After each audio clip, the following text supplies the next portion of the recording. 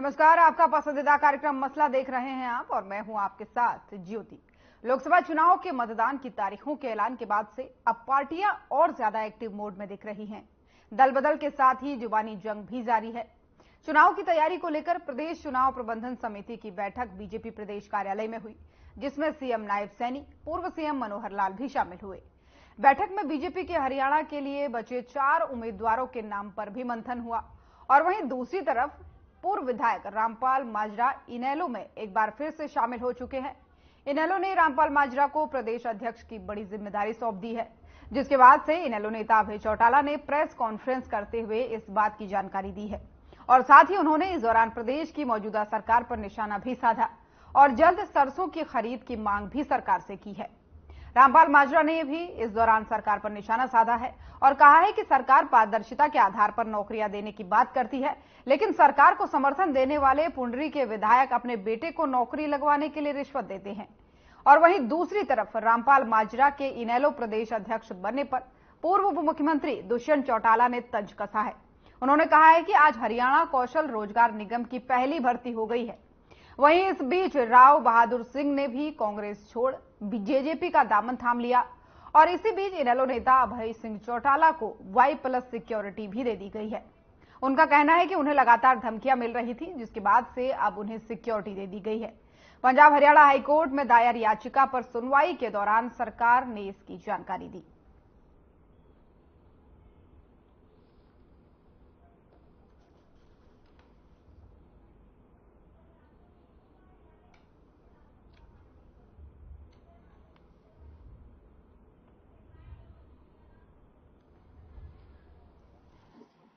जिस तरीके से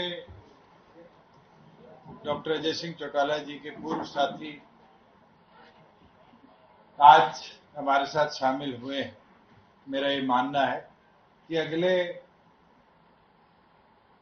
जो 68 दिन से कम का सफर लोकसभा की पोलिंग में बचा है, अनेक ऐसे साथी भी जननायक जनता पार्टी में शामिल होंगे जो शायद पहले अलायंस की वजह से ये सोचते हो कि वो विधानसभा सीट या लोकसभा सीट शायद अलायंस में रह जाए। मैं तो ये मानता हूं हमारा जो लक्ष्य उद्देश्य है वो प्रदेश के अंदर संगठन को सबसे बड़ा वोट शेयर के अंदर संगठन बनाना है और उसके उपरांत 5.5 सालों से सभी कार्यकर्ताओं ने काम किया और इस दौरान जब फील्ड में गए तो एक उदाहरण बहुत अच्छा दिया।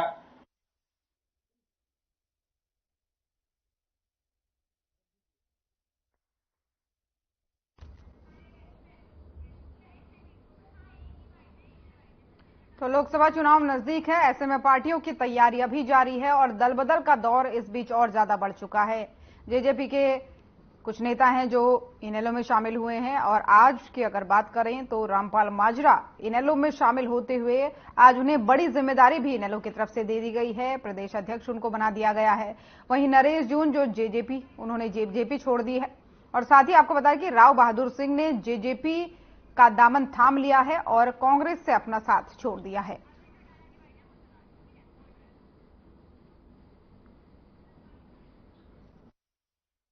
नई जो सरकार बनी है, मुख्यमंत्री ने बड़ा दावा किया था, रोज प्रेस में बयान देते हैं कि हमने 14 फसलें एमएसपी पे खरीदी। आज सरसों की खरीद शुरू है। किसान अपनी सरसों की फसल निकाल करके बाजार में लेकर के आए। 700 से लेकर के 750 रुपए एमएसपी से कम भाव मिल रहा है। सरकार ने अभी खरीद शुरू नहीं करी। सरकार को तुरंत सरसों की फसल की खरीद शुरू करनी चाहिए और एमएसपी के हिसाब से किसान को उसका पूरा पैसा देना चाहिए। जिस किसान ने बेच दी उसकी भरपाई सरकार को करनी चाहिए।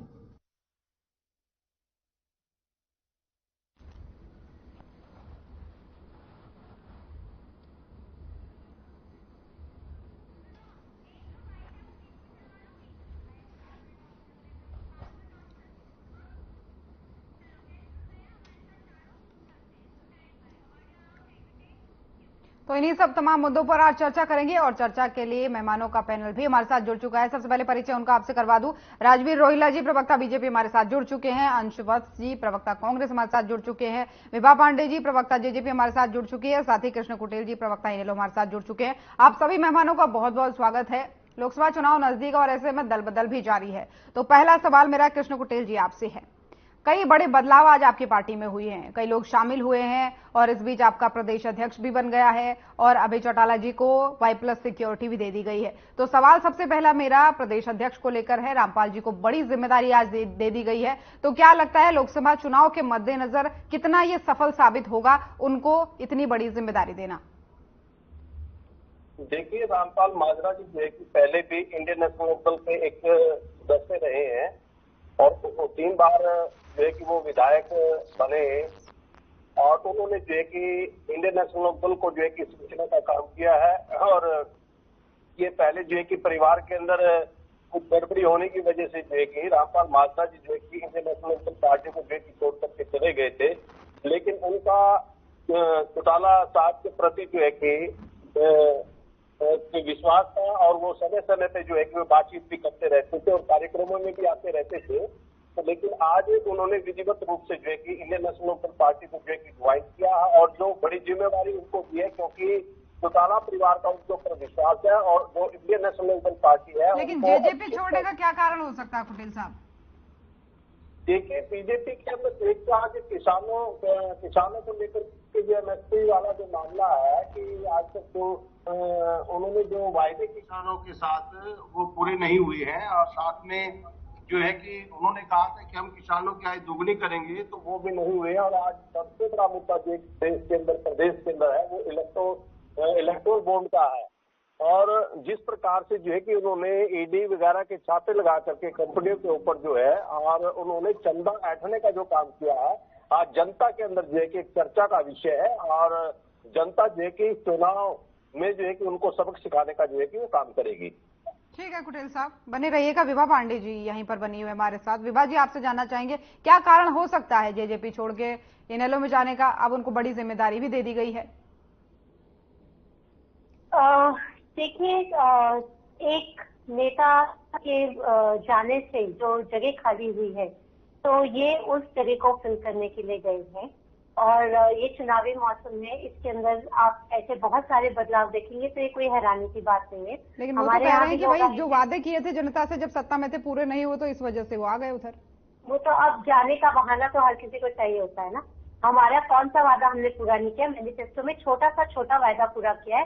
यहाँ तक कि गादी साहिब के जो टेम्पल का हमने कहा था 5 करोड़, उसका भी हमने वायदा जाने से पहले पूरा किया। उसका भूमि पूजन भी करा दिया हमने। विमेन के लिए जितना महिलाओं के लिए किया था, पंचायत में 50%, 35% राशन डिपो में, किसी ने पूरे राष्ट्र में ऐसा नहीं किया। आपको पता है कि 3000 पेंशन है हमारे यहाँ, ये सारा माननीय दुष्यंत चौटाला जी ने कराया है, तो ये पूरे राष्ट्र में यहाँ नहीं है। तो हमने तो हरियाणा को सेट किया है। इवन ऑन GST, जो आपका GST है, राष्ट्र में ऑन एन एवरेज 10.3% बढ़ा है। ये एवरेज है, नेशनल एवरेज, ठीक है। और हरियाणा का 22% ईयर ऑन ईयर ग्रोथ हुई है। आप एविएशन देख लीजिए, आप इंडस्ट्रीज देख लीजिए, कहा हरियाणा ने हमारे जो 11 मिनिस्ट्रीज थी माननीय दुष्यंत चौटाला जी की लीडरशिप के अंदर 4.5 साल में हमने कितना सब कुछ नहीं किया। अगर किसी को कोई पोजीशन मिल रही है और वो उसके कहो कि उसके अपने पॉलिटिकल एस्पिरेशंस में बिल्कुल फिट बैठी है, तो उसे तो जाने का बहाना चाहिए ना। तो नरेश जून जी क्यों चले गए? नरेश जून साहब क्यों चले गए? वही कह रही हूँ, ये कोई नई बात नहीं। आप देखिए ना, फिर हमारे पास कांग्रेस के नेता जी आज जुड़े हैं हमारे साथ, ठीक है ना। हमारे साथ जो राव बहादुर सिंह जी जुड़े हैं, तो ये तो बता रही हूँ, ये ऐसा चुनावी सीजन में ये सब बहुत मामूली सी चीज है, बहुत आम चीज है कि ये तो होगी। अच्छा विभा जी ठीक है। चौटाला साहब ने प्रेस कॉन्फ्रेंस आज की थी और उसमें उन्होंने एक बड़ी महत्वपूर्ण बात कही थी माजरा साहब को लेकर के। उन्होंने कहा था कि हरियाणा कौशल रोजगार निगम की आज पहली भर्ती हो गई है, तो इससे क्या समझा जाए? बिल्कुल सही, वही तो बता रही हूँ। उन्हें वहां जैसी पोजीशन दिखी वो वहां जंप कर गया, आज तक क्यों नहीं जंप किए थे? तो ये तो कौशल रोजगार में जैसे किसी को खाली मौका मिलता है वो वहां उसको पोजीशन दे दी जाती है। हायरिंग उसकी हो जाती है ना, जब जगह मिलती है तो सीट मिलती है। तो वही यहाँ भी हुई है, उन्हें एक पोजीशन खाली थी कि वो वहाँ चले गए, तो इसको तो रोजगार कौशल जैसे भी बोल दो, उन्होंने जो तर्ज कसा है। ठीक है, कुटेल साहब इसका जवाब देंगे। कुटेल साहब, चौटाला जी ने बोला है, दुष्यंत चौटाला जी ने, कि हरियाणा कौशल विकास निगम की आज पहली भर्ती हो गई है माजरा साहब को लेकर के। कि काम बयानबाजी कर रहा है, वो तो यहाँ पर ये भी कहते थे कि भी बीजेपी का नारा जैसे था कि 75 पार, और खट्टर को कहा था कि यमुना पार, लेकिन वो यमुना पार की तो बात दूर की गई, तो लेकिन उसके साथ मिलकर सरकार चलाने का काम किया है, और जो है कि 4.5 साल जो है कि हरियाणा प्रदेश को लूटने का काम किया है। हरियाणा प्रदेश को जो है कि शराब घोटाला हुआ और धान घोटाला हुआ और ये फर्जी रजिस्ट्री घोटाला हुआ, तो ये डिपार्टमेंट विभाग किसके पास है? लेकिन इसमें एक बड़ा सवाल ये भी तो बनता है ना कुटेल जी, एक सवाल ये भी बनता है कि भाई जब तक अगर गठबंधन में थी तो तभी अलग हो जाना चाहिए था, अगर उनको लग रहा था काम नहीं कर रहे हैं, तो ये गठबंधन टूट जाने के बाद आना, फिर ये थोड़ा सा सवाल खड़े करता है। देखिए ज्योति जी, यहाँ पर जो कि बीजेपी और जेजेपी मिलकर के हरियाणा प्रदेश को जो कि लूटने का काम कर रही थी। इनके अधिकारी जो है कि पूरी जो कि भ्रष्टाचार के अंदर लिप्त है, और कहीं ना कहीं जो है कि हरियाणा को जो है कि वो खोखला करने के अंदर लगे हुए हैं। और जब ईडी की रेड डलवाते हैं तो उनसे ये चंदा ले लेते हैं, और चंदा लेकर के जो है कि चुप हो जाते हैं, और फिर उनको जो है कि लाभ पहुंचाने का काम करते हैं। बड़ी बड़ी पोस्टों के ऊपर जो है कि लगाने का ये लोग काम करते हैं।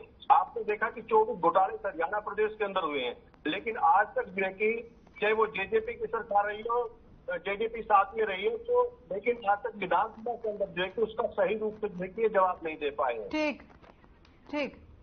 ठीक है, कोई बात नहीं। राजवीर जी आपके पास आऊंगी मैं, लेकिन उससे पहले अंश वत्स जी हमारे साथ बने हुए। अंश वत्स जी, राव बहादुर साहब क्यों छोड़कर चले गए?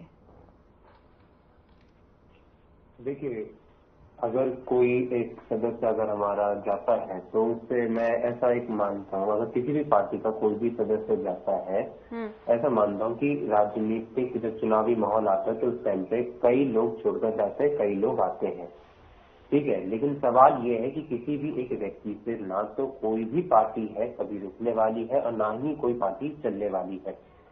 असली जो पार्टी की जो जान होती है वो उसकी कार्यकर्ता।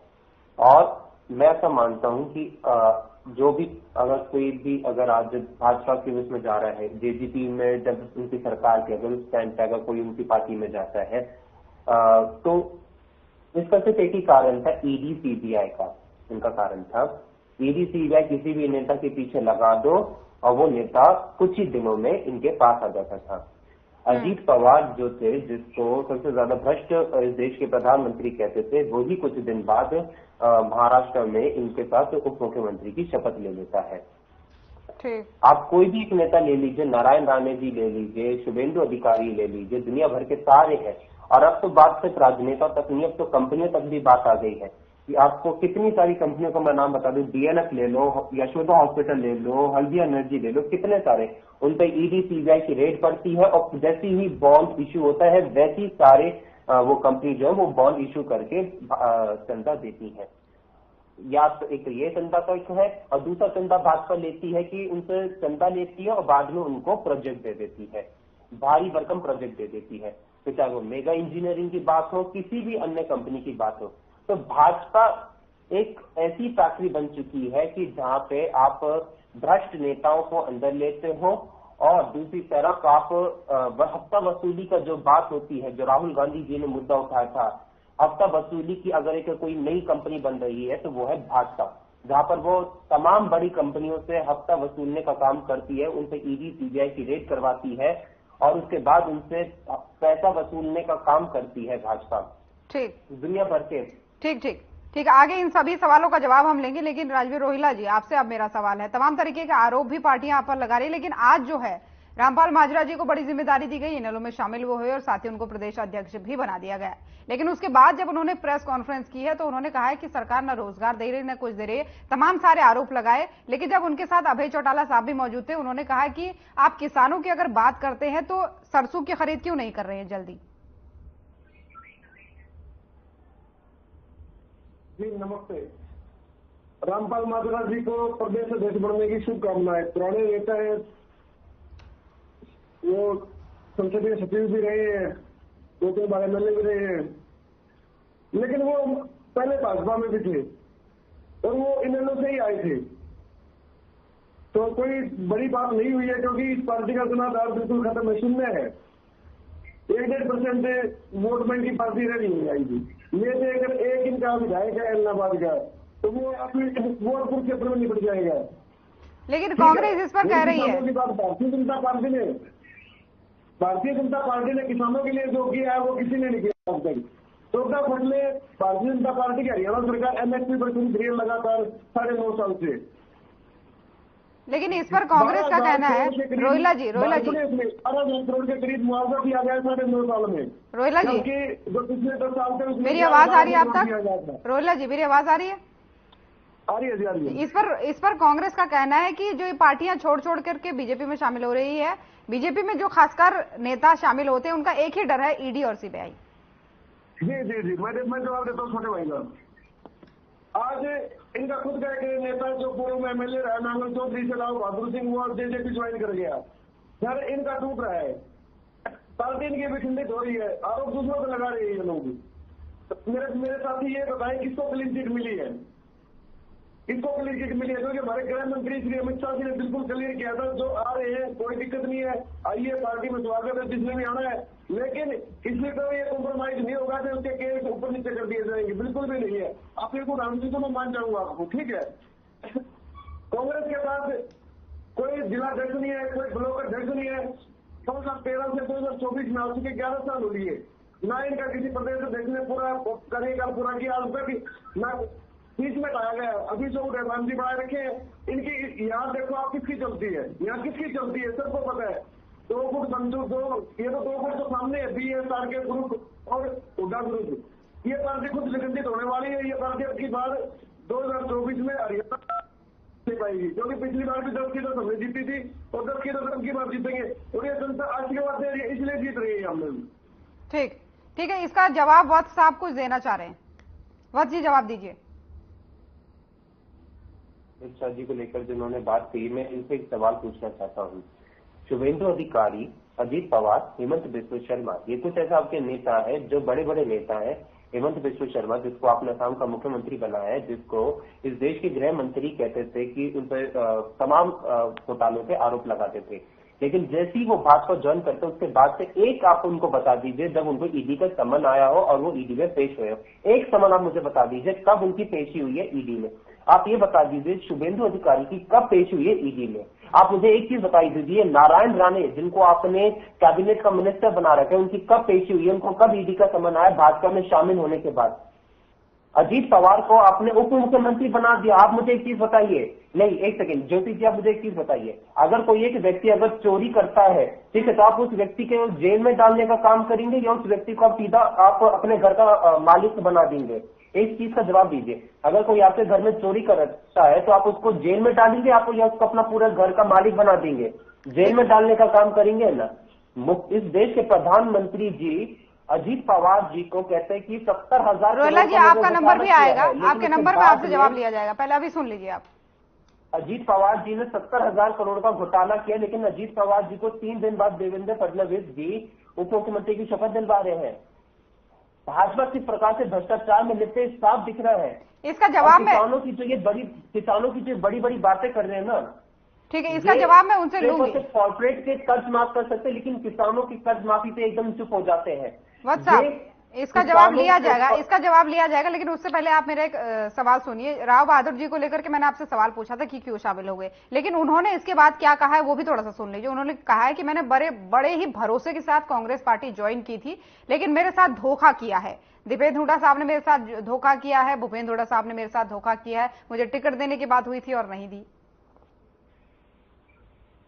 देखिए, मैं आपको एक चीज बताता हूँ, कांग्रेस पार्टी जो है वो एक ऐसी पार्टी है जो कि सर्वे कराती है, सर्वे के आधार पर जो जीतने वाला प्रत्याशी होता है उसी को ही टिकट दी जाती है।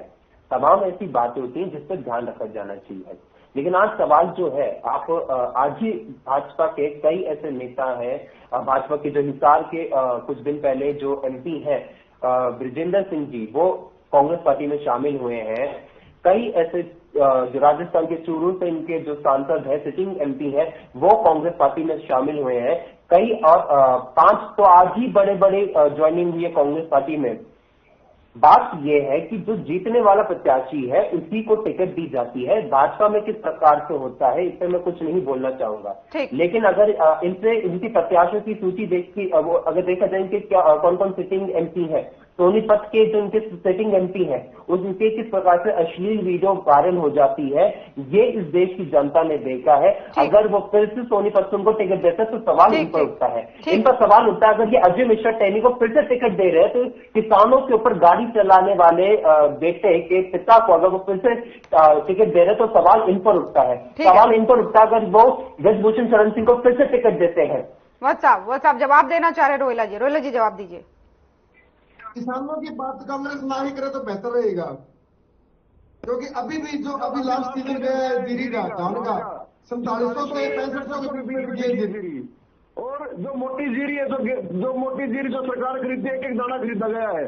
आपके समय में 5-5 रुपए के चेक मिलते थे मुआवजे के, हमारे यहाँ मिनिमम 15,000 रुपए का मुआवजा कर रखा है सरकार ने प्राकृतिक आपदा के लिए, और 12,000 करोड़ से ज्यादा का मुआवजा दे दिया जा चुका है। और 7-8 दिन पहले जो कपास के किसान थे उनको 88 करोड़। लेकिन रोहिला साहब वो सवाल टिकट पर पूछ रहे हैं।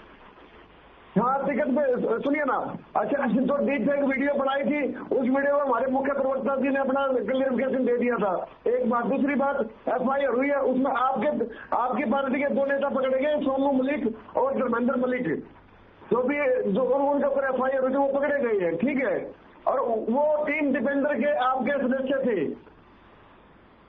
तो आप ये बातों का कोई महत्व नहीं है, इन बातों का आपके पास कोई मुद्दा नहीं है। 2013 से 2024 तक आपने संगठन में खड़ा कर नहीं पाए आप लोग, तो क्या सुनाना चाहोगे आप लोग? वत्स जी, इसके बाद आपसे जवाब लूंगी, एक बार उनकी बात को सुन लीजिए।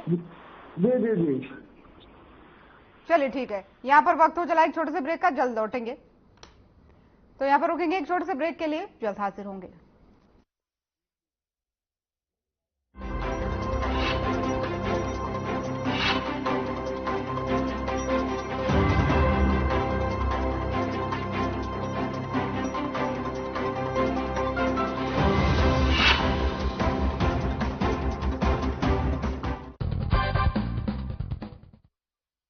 नमस्कार दोस्तों, अभी हाल ही में उत्तर प्रदेश के मेरठ में 400 गरीब हिंदुओं को पैसे और खाने का लालच देकर ईसाई बना दिया गया। गरीबी का फायदा उठाकर धर्मांतरण कराने का यह सिलसिला हमारे देश में सालों से चल रहा है। खासकर कोरोना महामारी के दौरान इसमें काफी तेजी देखी गई। देश के अलग अलग हिस्सों से धर्मांतरण की कई बड़ी खबरें आई। बड़ी बात यह है कि महज कुछ पैसे का लालच देकर हमारे हिंदू भाइयों को ईसाई बनाने का ये इंटरनेशनल खेल चल रहा है। एक संगठित गिरोह है जो पूरे भारत में अपने पांव पसार रहा है और इस गिरोह की फंडिंग विदेशों से हो रही है। इस गंभीर मसले पर थोड़ी जानकारी जुटाने पर सबूत भी सामने आ गए। असम के तेजपुर से जर्मनी से चर्च के पादरी को भेजे गए प्रशंसा पत्र से पता चला कि कोरोना महामारी के बीच लाखों रुपए जर्मनी से भारत भेजे गए, जिसका इस्तेमाल सिर्फ हिंदुओं को ईसाई बनाने में किया गया। दोस्तों, ये विदेशी ताकतें जो धर्मांतरण के बल पर हमें कमजोर कर रही हैं, इनसे सतर्क रहने की आवश्यकता है। इन मिशनरियों का असली चेहरा बेनकाब करते हुए नोबेल पुरस्कार, जो शांति पुरस्कार दिया जाता है, डसमंड टूटू ने कहा था, जब मिशनरी अफ्रीका आए तो इनके पास बाइबल थी और हमारे पास धरती। मिशनरी ने कहा, हम सब प्रार्थना करें। हमने प्रार्थना की और जब आंखें खोली तो पाया कि हमारे हाथ में बाइबल थी और भूमि इनके कब्जे में थी। दोस्तों, हमने सैकड़ों साल की गुलामी झेली है, इसलिए फिर कोई ऐसी गलती ना दोहराएं। सच्चाई तो यह है कि धर्मांतरण होना वास्तव में राष्ट्रांतरण है, यानी राष्ट्र का विभाजन होना है। हल्के में लेने की गलती ना करें, आसपास नजर रखें। धर्मांतरण गिरोह दीमक की तरह देश को खोखला करने की कोशिश में लगा है। आपको बता दें, धार्मिक कार्यक्रमों और जलसों में भी विदेशी पर्यटक के भेष में सनातन के शत्रु मौजूद होते हैं, जो चंद रुपयों का लालच देकर हमारे धर्म और धरती दोनों को कमजोर करने की साजिश में लगे रहते हैं। उपनिषद का कथन है, धर्मो रक्षति रक्षतः, यानी यदि हम धर्म की रक्षा करेंगे तो धर्म हमारी रक्षा करेगा। तो दोस्तों, धर्म रक्षा की प्रतिज्ञा लेकर राष्ट्र रक्षा को समर्पित हो जाएं। जिंदगी के प्लस माइनस की गुत्थी को सुलझाने के लिए फिर मिलेंगे। नमस्कार।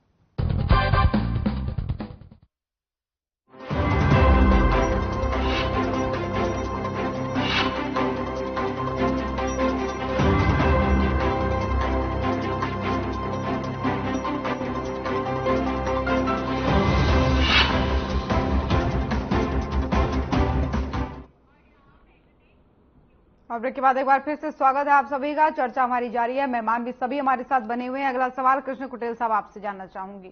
आपने कहा कि वो मिलते रहते थे माजरा साहब इससे पहले भी और उनकी अच्छी मुलाकात थी, बातचीत अच्छी थी, लेकिन दूसरी तरफ जेजेपी का कहना है कि ये मौका परस्त है। वहां पर उन्होंने सीट खाली देखी, उनको लगा कि अभी कोई है नहीं, तो इसलिए वो कूद पड़े।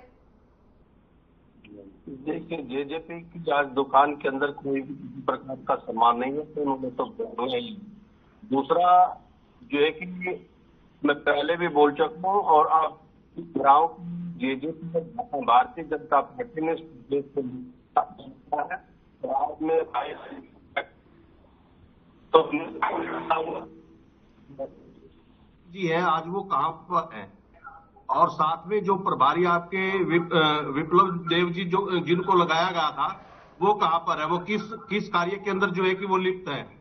यानी आपने गलती की बेटी बचाओ बेटी पढ़ाओ का जो नारा दिया आपने, हमारे प्रदेश जो है कि महिला जो है कि वो असुरक्षित है, आपने उनको सुरक्षा देने का काम नहीं किया है। कहीं पर जो है कि आपका मंत्री जो है कि छेड़खानी करता है, कहीं पर जो है कि रामशरण जो है कि जो एमपी हैं वो महिलाओं के साथ छेड़खानी करने का काम करते हैं। और अभी रमेश कौशिक के बारे में जो है कि आप मुझे स्पष्टीकरण दें कि वो क्यों गुम है और विप्लव देव जी जो आपके प्रभारी हैं वो कहां पर है। ठीक है कुटेल साहब, एक छोटा सा सवाल मेरा आपसे और है। इस बीच अभय सिंह चौटाला जी को Y+ सिक्योरिटी दी गई है, उनकी तरफ से लगातार कहा जा रहा है कि उनको धमकियां दी जा रही है, तो क्या ये पूरा मामला क्या है, किस तरीके की धमकियां उनको दी जा रही है?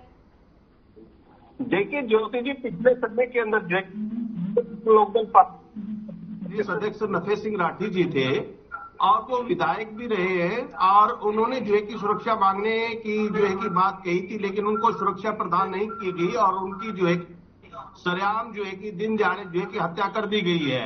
और उन्होंने कई बार डीजीपी को भी पत्र लिखा है और दूसरा जो है कि सीएम को भी जो है कि उन्होंने कहा कि सिक्योरिटी दी जाए। और इसी प्रकार से जो है कि अभय चौटाला जी को भी जो है कि जो धमकियां मिल रही थी, तो सरकार के सम्मुख जो है कि उन्होंने जो है कि सुरक्षा लेने की जो है कि बात कही, लेकिन सरकार के द्वारा सुरक्षा नहीं दी गई, लेकिन कोर्ट के आदेश के अनुरूप जो है कि ये सुरक्षा अब प्रदान की गई है।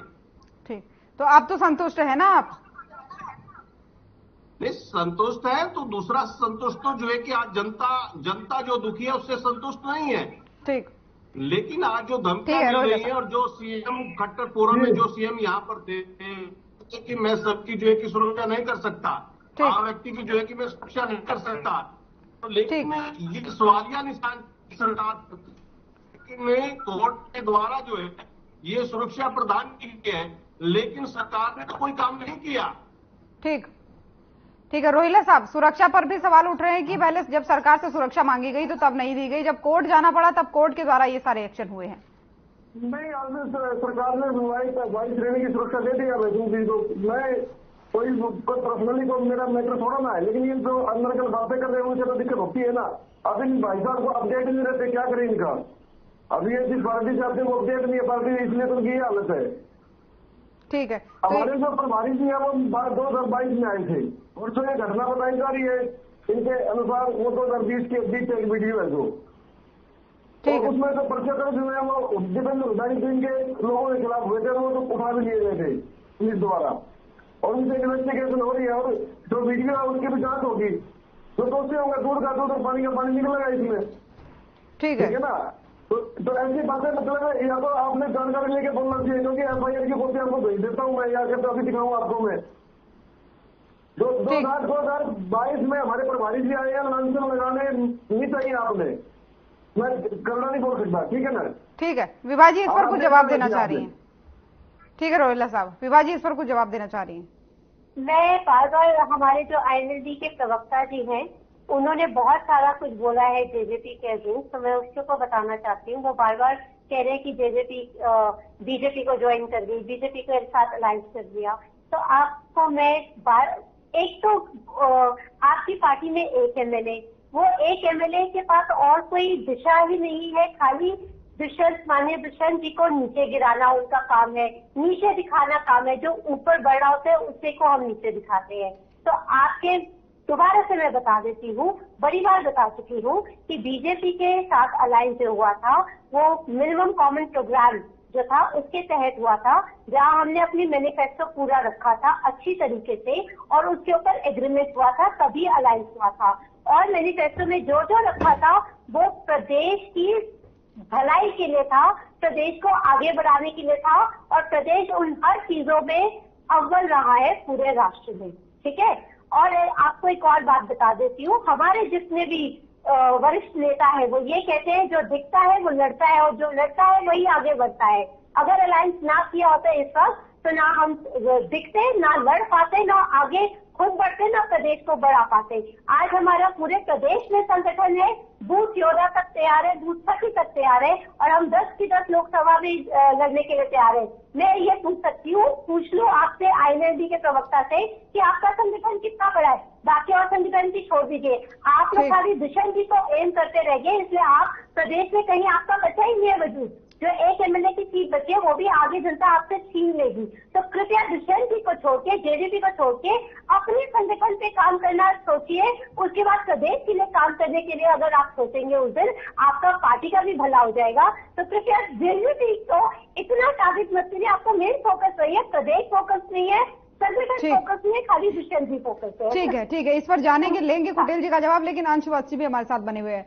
वत्स साहब, ये बताइए कि लोकसभा चुनाव बहुत ही नजदीक है, अब ज्यादा समय नहीं बचा है, तो ऐसे में जो आपका गठबंधन है, एक सीट पर तो ऐलान हो गया, आम आदमी पार्टी ने तो चट से अपने उम्मीदवार का ऐलान कर दिया, लेकिन अब कांग्रेस कहां फंस रही है, कब तक ये ऐलान होगा, कितना और इंतजार करना पड़ेगा?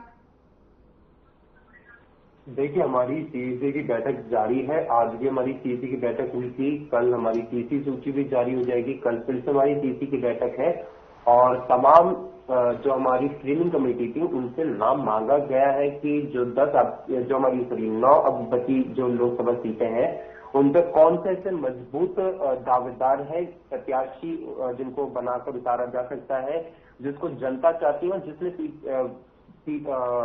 पहले के जो ये 9 साल रहे हैं, 10 साल रहे हैं, इसमें जनता के मुद्दों को असलियत में जनता के बीच में रहकर उनको उठाया है। जो मजबूती से राहुल गांधी जी के 5 न्याय से वो लेकर जनता के बीच में जा सकता है। तो ऐसे हम उम्मीदवारों के चयन के लिए पूरी प्रक्रिया कर रही है। जैसे मैं आपको पहले भी बताया कि हमारा जो प्रक्रिया है वो इस प्रकार से रहता है कि हम पूरा एक सर्वे कराते हैं और सर्वे के आधार पर हम उस प्रत्याशी को टिकट देते हैं जिसको जनता चाहती है, जिसमें जनता के बीच में रहा है। और मैं जेजेपी को कुछ कहना चाहता हूँ। जैसे जेजेपी की प्रवक्ता कह रही थी, बड़ा इनका अलायंस जो था बड़ा कॉमन मिनिमम प्रोग्राम पे रहा था जो हरियाणा के आगे लेके जाने के लिए। अगर मैं इनको बता दूं, इनको शायद से पता भी होगा, इनका जो अलायंस था, जितना खबरों में मुझे पता है, इनका अलायंस टूटा था भाजपा से सीट शेयरिंग के मुद्दे पर। अगर मैं गलत हूं तो आप मुझे बता दीजिएगा। आपका अलायंस टूट रहा था सीट शेयरिंग के मुद्दे पर। अगर आपको हरियाणा की जनता की अगर इतनी ही चिंता होती तो आपको अग्निपथ जब योजना आई थी तो आपको तब अपना अलायंस तोड़ना चाहिए था। आपको अलायंस तोड़ना चाहिए था जब किसानों का मुद्दा उठा था। आपको अलायंस तोड़ना चाहिए था जब हरियाणा की महिला पहलवानों को घसीटा गया था दिल्ली के बॉर्डर पे, तब आपको अलायंस तोड़ना चाहिए था। लेकिन असल बात यह कि भाजपा और जसपा दोनों का अलायंस जो था वो इस प्रकार से बना हुआ था कि दोनों जनता का पैसा लूटने में आगे रहेंगे। जनता इस प्रकार से रहेंगे कि कौन। लेकिन वत्स साहब, इस पर 2 मत सामने आ रहे हैं। इस पर जेजेपी का अपना बयान है और बीजेपी का अपना बयान है। विभा जी कुछ कहना चाह रही है, सुन लीजिए। हमारे कांग्रेस की प्रवक्ता को मैं 2 बातें बोलना चाहूंगी। सबसे पहली 2 नहीं 3 बातें बोलना चाहूंगी। सबसे पहली बात, सीट शेयरिंग की बात हुई थी, हाँ बिल्कुल हुई थी, उसके ऊपर एक सहमति नहीं बनी। लेकिन उसके बाद आप भूल रहे हैं कि जेजेपी ने क्या किया था। हमारे वरिष्ठ नेता ने ये कहा था कि हमें कोई लोकसभा की सीट नहीं चाहिए, आप जो हमारी ओल्ड पेंशन है उसको 5100 कर दीजिए, हम एक लोकसभा की सीट नहीं लेंगे। वो किसके लिए काम किया था? प्रदेश के लिए किया था। आपने ये भी देखा होगा, चाहे कोई भी मुद्दा रहा हो, फार्मर्स का रहा हो, नू का रहा हो, मेवात का रहा हो, या हमारे स्पोर्ट्स पर्सन का रहा हो, जेजेपी ने हमेशा अपना स्टैंड रखा, एक बार भी स्टैंड नहीं हटाया। अब मैं आप जो बोल रहे राहुल गांधी जी की नेतृत्व में आपका जो नेतृत्व है, तो उसका क्या काम है मैं बताती हूँ। वो साउथ, पहले जब नॉर्थ इंडिया में आते हैं, जो हिंदी डोमिनेटिंग है आप लोगों के अकॉर्डिंग, उसके अंदर वो खाली ओबीसी बात करते हैं, हिंदू को तोड़ने की बात करते हैं कास्टिज्म में। और जब साउथ में जाते हैं तो बोलते हैं हमारी लड़ाई शक्ति के अगेंस्ट है, वहाँ हिंदू मुस्लिम क्रिश्चियन करते हैं। क्या ये आप हरियाणा में लेकिन विभा जी यहाँ पर अगर ये राहुल जी की स्ट्रैटेजी बता रहे हैं तो मुझे बताइए, इन्होंने भारत छोड़ो यात्रा में पहले हिंदू मुस्लिम किया और हिंदू में ओबीसी के अलावा राहुल गांधी जी ने क्या बात की? खड़गे जी आते हैं, बोलते हैं हरियाणवी लड़ाके हैं, इससे तुम लोगों को जॉब मिल गई। उन्हीं की रैली थी, उन्हीं की रैली में पूछा गया कि आपने से किस के पास जॉब है, सबने हाथ खड़ा कर दिया, तो कहते हैं हरियाणवी तो लड़ाके होते हैं इसलिए आप लोगों को जॉब मिल गई। ये तो कांग्रेस की हालत है। तो हर इनकी स्ट्रेटेजी देखिए, कांग्रेस की स्ट्रेटेजी कांग्रेस से ही जानेंगे। लेकिन आपने जो दूसरी बात कही है कि जब सीट शेयरिंग पर बात नहीं बनी, लेकिन उसके बाद ये बोला गया था 5100 पेंशन दीजिए, लेकिन उस पर बीजेपी क्यों नहीं सहमत हो रही है? अगर ऐसी कुछ बात है वो तो सहमत हो ही नहीं रही। नहीं, बीजेपी ने असहमति भी दिखाई, उन्होंने ये कहा, उन्होंने असहमति भी दिखाई, उन्होंने ये कहा हम सोचेंगे इसके ऊपर। तो इतना टाइम नहीं था, किशन जी ने कहा कि नहीं अब बस, क्योंकि अब टाइम नहीं है ना, आप अभी भी टाइम मांगेंगे तो टाइम नहीं दिया दुष्यंत जी ने, तो बिल्कुल। और सरकार अभी भी बीजेपी की चल रही है, हम नहीं करते तो ये साथ पहले भी देने को तैयार थे विधायक नियोग करने के लिए। ठीक है, रोहिला साहब इस पर जवाब दीजिए। मेरी आवाज पहुंच पा रही है रोहिला जी आप तक? हाँ जी, आ रही है। क्या ये बात बिल्कुल सही है जैसे कि विभा जी बता रही है, पहले शीट शेयरिंग की बात हुई, जब शीट शेयरिंग पे बात नहीं बनी तो कहा गया चलिए ठीक है कोई बात नहीं, शीट हमको नहीं चाहिए लेकिन 5100 पेंशन कीजिए। बीजेपी ने कहा कि इस पर विचार करेंगे। विभा जी को बड़ी नम्रतापूर्वक बताता हूँ, थोड़ी असलियत की पता लग जाएगा, इनको भी आँख खुल जाएंगी। भारतीय जनता पार्टी जब 40 सीटें आई थी तो सरकार की मजबूती के लिए, सरकार चलाने के लिए जज्बा से गठबंधन हुआ था हमारा। गठबंधन 4.5 साल स्मूथली चला है, थोड़ी बहुत दिक्कत तो पुलिस से कुछ नहीं आई, हमें सब बढ़िया था, ठीक है। अब हमारे में प्रभारी जी आए थे, जो इनल वाले साथी बड़ा दिक्कत में आ गए थे एकदम, तो उन्होंने अब तक क्लियर किया था कि भारतीय जनता पार्टी 10 की 10 सीटें लड़ेगी, कमल के फूल खिलेंगे। उसके बाद हमारे पूर्व मुख्यमंत्री श्री मनोहर लाल जी ने कहा था कि 10 की 10 सीटें लड़ेंगे। अमित शाह जी ने रैली में कहा था सिरसा में, इनको याद रहना चाहिए, वे 10 की 10 सीटें लड़ेंगे। तो हमने, हमारा स्टैंड बिल्कुल क्लियर था कि हमने 10 की 10 सीटें लड़नी है, क्योंकि हम पिछली बार तो जीत के आए हैं और जनता हमें आशीर्वाद दे रही है, ठीक है। रही बात क्या उसको कि हमारा, हमने 3,000 का हमारा वादा जो सरकार का, भाई हम जब हमारा चुनावी वर्ष आएगा उस तब तक हम 3,000 की पेंशन कर देंगे, तो हमने वो करके दिखा दी। तो इनका जो है एजेंडा था, इनको मुबारक, ये 10 पे लड़े, 5 पे लड़े, सभी पे लड़े, मत लड़े, ये क्या उनसे हमारी झूठ बोल रहे हैं, ऐसा कुछ नहीं था, क्योंकि क्या उनसे कोई बात ही नहीं आई हमारी। अगर क्या उनसे कोई बात कहते होता तो विचार करते। हमारा सिर्फ 3,000 रुपए का था, हमारे मैनिफेस्टो में लिखा हुआ था कि हम 3,000 पेंशन करेंगे, ठीक है। तो हरियाणा के यशस्वी मुख्यमंत्री पूर्व श्री मनोहर लाल जी 3,000 लग रही है। और सुनिए मेरी बात, 3,000 मैनिफेस्टो में थी। गलत मत बोलिए, 5100 आप विशाल जी का हर स्टेटमेंट सुन लीजिए। काम किया है और अपने जिले में 5 साल सरकार चलाई है और आगे भी ऐसी चलेगी। राष्ट्रीय जी, विशाल जी का हर स्टेटमेंट सुन लीजिए, हर प्रेस कॉन्फ्रेंस सुन लीजिए। आपके किसी नेता ने नहीं कहा कि ये गलत बोल रहे हैं, क्योंकि ये बात हुई थी, 4 मीटिंग्स हुई थी, 4 मीटिंग्स में यही बोला गया था कि पहले 20 नहीं तो 5100। आज भी किसी नेता ने नहीं कहा कि विशाल जी गलत बोल रहे हैं। ना मनोहर जी ने बोला, ना लता जी ने बोला, ना शाह जी ने बोला। रोहिला जी आप गलत मत बोलिए, ना जेपी नड्डा जी ने बोला, ना शाह जी ने बोला, ना खट्टर जी ने बोला। जिस दिन आप मीटिंग में किसी ने भी कहा विशाल जी गलत बोल रहे हैं, विशाल जी ने हर प्रेस कॉन्फ्रेंस में यही बोला है। ना यहाँ हमारा मैनिफेस्टो था 5100, एक साथ हम चिल्ला रहे थे कि हमें दिल में क्यों बनी है ये बात कि हम 5100 नहीं करा पाए। आप ये क्यों नहीं मान रहे कि बीजेपी ने 5100 नहीं की? चलिए, राहें अलग अलग हो गई, एजेंडे अलग अलग हो गए, ठीक है, विकास की राहें अलग अलग हो गई।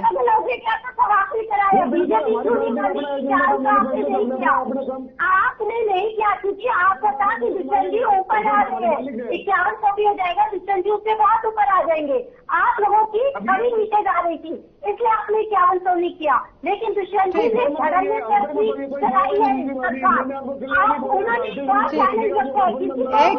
एक एक करके उनका नाम नहीं पता होगा, एक एक करके उनका नाम नहीं पता ठीक होगा, है, उनका नाम सबको पता है क्योंकि उन्होंने धड़ल्ले से सरकार चलाई। ठीक है। राजवीर जी, विभा जी, एक एक करके जवाब दीजिएगा, इसके बाद लौटूंगी आपके पास, लेकिन मेरा सवाल अभी दूसरे गेस्ट से है। ठीक है, थोड़ा देर आराम कर लीजिए। वत्स साहब, मेरा सवाल आपसे है, सवाल नहीं रिएक्शन मांगना चाहूंगी, आप कुछ कहना भी चाह रहे थे दोनों की बातों पे। नहीं, मैं एक्चुअली ये कहना चाह रहा था कि जो हमारी बीजेपी की प्रवक्ता ने कहा है कि हम लोग बांटने की बात करते हैं, ओबीसी का बड़ा मुद्दा हम नॉर्थ में उठाते हैं। मैं आपको बता दूं, हमारी जो भारत जोड़ो न्याय यात्रा थी, जो हमारी मणिपुर से लेकर मुंबई तक चली, उसमें हमने तमाम पूरी यात्रा में हमने जो गिनती करो, हमारा जो एक वो न्याय के लिए एक बात है कि किस प्रकार से हम तमाम वो जातिगत जनगणना कराना चाहते हैं, ये हमने मुद्दा पूरा उठाया था पूरी यात्रा में। और हमने भारत जोड़ो यात्रा के बाद से ये पूरे मुद्दे को हमने उठाने की कोशिश किया, और वो राहुल गांधी जी कहीं पे भी जाते हैं, हर जगह वो जाके बात करते हैं। अगर इनको मैं बता दूं, कर्नाटक का जब हमारा चुनाव था, वो भी दक्षिण में ही आता है, वहां पे जाके भी हमने जातिगत जनगणना की बात करी थी। हमने तेलंगाना में जाके भी जातिगत जनगणना की बात करी थी। तेलंगाना के हमारे जब हमारी सरकार बनी है, वहां पर हमारी जो मुख्यमंत्री है रेवंत रेड्डी जी, उन्होंने जातिगत जनगणना के लिए वहां पर उन्होंने प्रोसेस जो है उसके लिए आगे भी लेकर गए हैं। बिहार में जब तक हमारी गठबंधन की सरकार थी, तब तक हमने जातिगत जनगणना के मुद्दे को उठाया, और वहां पर हमने जातिगत जनगणना करवाया है, कास्ट सेंसस करवाया है। और उसके बाद क्योंकि हमारा गठबंधन टूट गया था, तो इस वजह से उस मुद्दे को हम आगे नहीं लेकर जा पाए थे। हमने जब हमारी राजस्थान में और छत्तीसगढ़ में जब हमारी सरकार थी, और जब राहुल गांधी जी ने जातिगत जनगणना को मुद्दा उठाया, तो वहां पर भी हमने इस प्रोसेस को आगे लेकर गए थे। तो जब से राहुल गांधी जी ने जातिगत जनगणना का मुद्दा उठाया है, तो उन्होंने ये नहीं देखा कि हम सिर्फ ये मुद्दा नॉर्थ में उठाएंगे, उन्होंने दक्षिण में भी, नॉर्थ में भी, पूरब में भी, पश्चिम में भी, हर जगह इस मुद्दे को उठाया है। इसको मुद्दे को उन्होंने प्रबलता के साथ उठाया, क्योंकि उन्होंने एक बात करी कि किस प्रकार से भाजपा जो है दलित और पिछड़ों लोगों को तोड़ने का, बांटने का काम कर रही है, तमाम ऐसे वर्गों को उनको जो बौखलाई हुई है। और इसी वजह से उन्होंने मध्य प्रदेश में जो मुख्यमंत्री बनाया है, तमाम छत्तीसगढ़ में, राजस्थान में जो भी अब ये जातिगत आधार पर जो मुख्यमंत्री, उप मुख्यमंत्री, मंत्रालय बांटने का काम कर रहे हैं, ये इसी वजह से कर रहे हैं क्योंकि राहुल गांधी जी ने जिस मजबूती के साथ जातिगत जनगणना का मुद्दा उठाया है, उसी वजह से आज भाजपा बौखलाई हुई है। ठीक है, राजवीर जी इस पर जवाब देना चाह रहे हैं। ये इन भाई को थोड़ा सा ज्ञान कम, हरियाणा के बारे में, शायद हरियाणा में कम्युनिस्ट हुए, दिल्ली ज्यादा रहते हैं, तो सुनो, परिवार पहचान पत्र के माध्यम से पूरा जातिगत डाटा सरकार के पास है, और उसी आधार पे आय फिक्स हो रही है। भाई 1,80,000 से नीचे वालों को ये सुविधाएं मिलेंगे, 3-4 कैटेगरी बना रखी है, जिससे लगातार सुविधाएं हो रही है, दी जा रही है सरकार द्वारा। ओबीसी की बात करते हो आप लोग, आपने ओबीसी मुख्यमंत्री कब बनाया? हमने तो ओबीसी मुख्यमंत्री सिर्फ नायब सैनी जी को बना दिया, जो कि भारतीय जनता पार्टी के कार्यालय में जिला मंत्री के रूप में काम करते थे, जिला मंत्री के रूप में काम करते थे। आप लोगों को परिवारों से फुर्सत नहीं है भाई, आपकी पार्टी को परिवारों से फुर्सत नहीं है, परिवारवादी पार्टी है आपकी। हमारी पार्टी में तो एक बूथ का कार्यकर्ता भी देश का प्रधानमंत्री बन जाता है। लेकिन कांग्रेस तो कह रही है कि हमारी सर्वे के आधार पर कोई भी नेता बनता है, कोई भी नेता उठता है तो सर्वे के आधार पर उठता है। ठीक है ना, आप लोग अपना संगठन डिसाइड नहीं कर पा रही है 11 साल से। आपके कितने कुछ बड़े, पहले अपनी पार्टी का एक बार भीतर से एनालिसिस कर लीजिए। आप अच्छे एनालिसिस लग रहे हैं मुझे, अच्छे भाई हमारे, ठीक है, पहले अपनी पार्टी की, तो आपकी पार्टी गर्द में क्यों जा रही है? आज आपका नेता राव बहादुर सिंह छोड़ गया, उससे पहले बहुत सी नेताओं ने बीजेपी। विभा जी आऊंगी आपके पास, पहले राजवीर जी को सुन लीजिए। आपकी पार्टी का कोई भविष्य नहीं है। ठीक है राजवीर साहब बने रहिएगा। विभा जी आऊंगी आपके पास, लेकिन उससे पहले कृष्ण कुटेल जी आप पर सवाल दागे गए हैं। विभा जी इसके बाद आपके पास आऊंगी, समय की थोड़ा सा पाबंदी है, उसके बाद आपके पास आऊंगी। कुटेल साहब, आपसे कहा गया है कि आप जेजेपी के गठबंधन को मत देखिए, अपने संगठन की बात कीजिए, आप कहां पर स्टैंड करते हैं? देखिए, हमारा संगठन जो है कि मजबूत है और हमारे 5 लाख जो है कि ऑफिस सदस्य इंडियन नेशनल लोकदल के जो है कि वो बन चुके हैं। और चाहे आप किसी भी जो है कि हमारे जो है कि अलग अलग जो विंग बनाए गए हैं, आप किसी भी विंग की बात लें तो हमारा हर एक विंग मजबूत है, हमारा संगठन मजबूत है। और जो है कि हम संगठन के बलबूते पर देखकर, लेकिन जेजेपी को आपका संगठन नहीं दिखाई दे रहा है। हाँ जी, जेजेपी को आपका संगठन दिखाई नहीं दे रहा है। जेजेपी का कहना है कि आपका कोई संगठन नहीं है।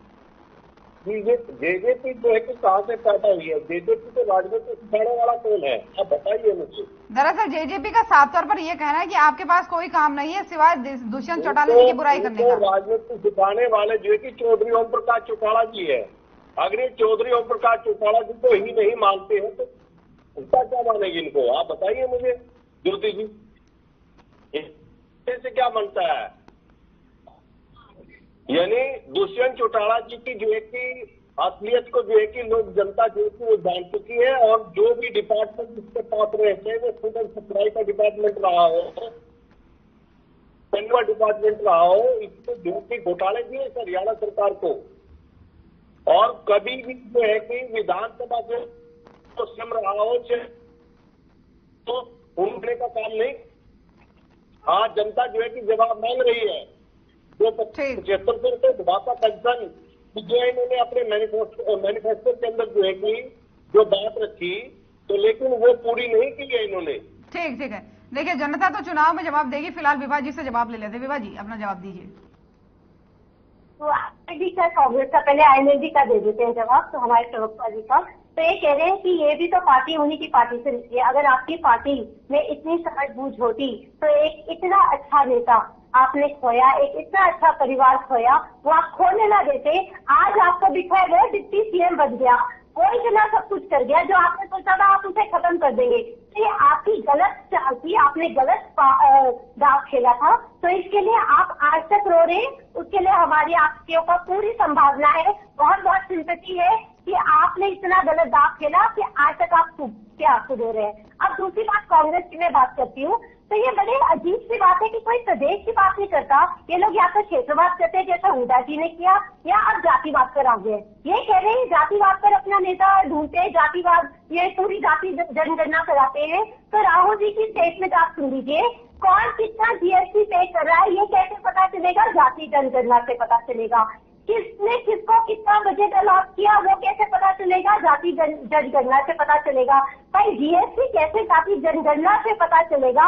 मुझे कांग्रेस के प्रवक्ता ये समझा दे। और दूसरी बात समझा दे कि ये शक्ति के अगेंस्ट कांग्रेस क्यों लड़ रही है? जो अब आपके माननीय राहुल गांधी जी ने बोला कि हमारी लड़ाई शक्ति के अगेंस्ट है। हिंदू में कुछ है जो शक्ति है और हमारी लड़ाई शक्ति के अगेंस्ट है।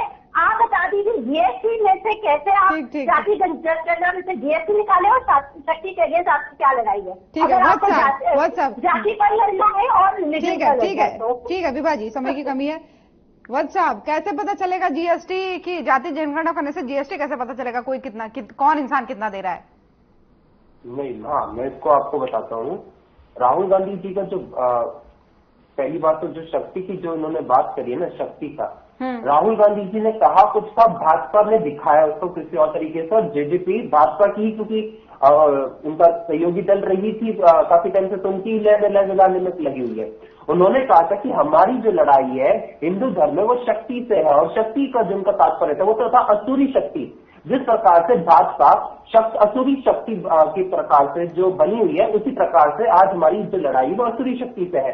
और जो आज ये बात कर रहे हैं शक्ति का, मोदी की जो बात कर रहे हैं, हमारी जसपा की प्रवक्ता यहाँ पे शक्ति की बात करी है, इन्हें क्यों शक्ति की याद नहीं आती? जब हरियाणा के पहलवान बेटियों को सड़कों पर रौंद दिया जाता है, इनको तब शक्ति की याद क्यों नहीं जाती? जब मणिपुर में 2 महिला लोगों को नग्न करके घुमाया जाता है, इनको तब शक्ति की याद क्यों नहीं आती? जब कानपुर में 2 लड़कियों को पेड़ पे लटका दिया जाता है, इन्हें तब शक्ति की याद क्यों नहीं आती है, तब भाजपा से सवाल क्यों नहीं विभाजी एक एक करके एक बार सुन लीजिए, उसके बाद मौका दिया जाएगा।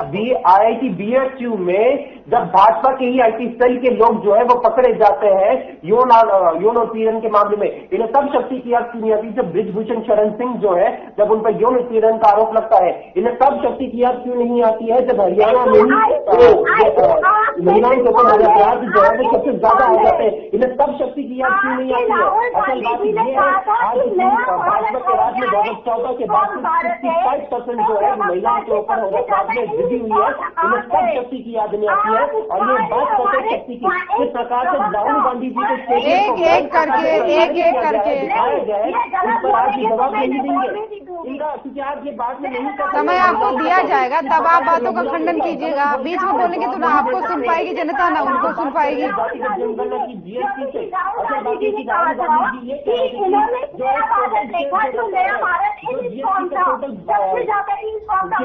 जो हमारा इकोनॉमिक रिसोर्सेज है, सारे रिसोर्सेज इस देश के किस प्रकार से बटे हुए हैं, वो सारे रिसोर्सेज जो है सिर्फ भाजपा के राज्य में वो इक्वली 30% नहीं बटे हुए हैं। वो ये मुद्दा उठाते कि क्यों आज जो बड़े बड़े किसान है उसमें जो बड़े बड़े कारोबार उन पर क्यों आज किसी अन्य वर्ग का आपको नेता नहीं है, वो अन्य वर्ग का आपको व्यक्ति नहीं दिखता है।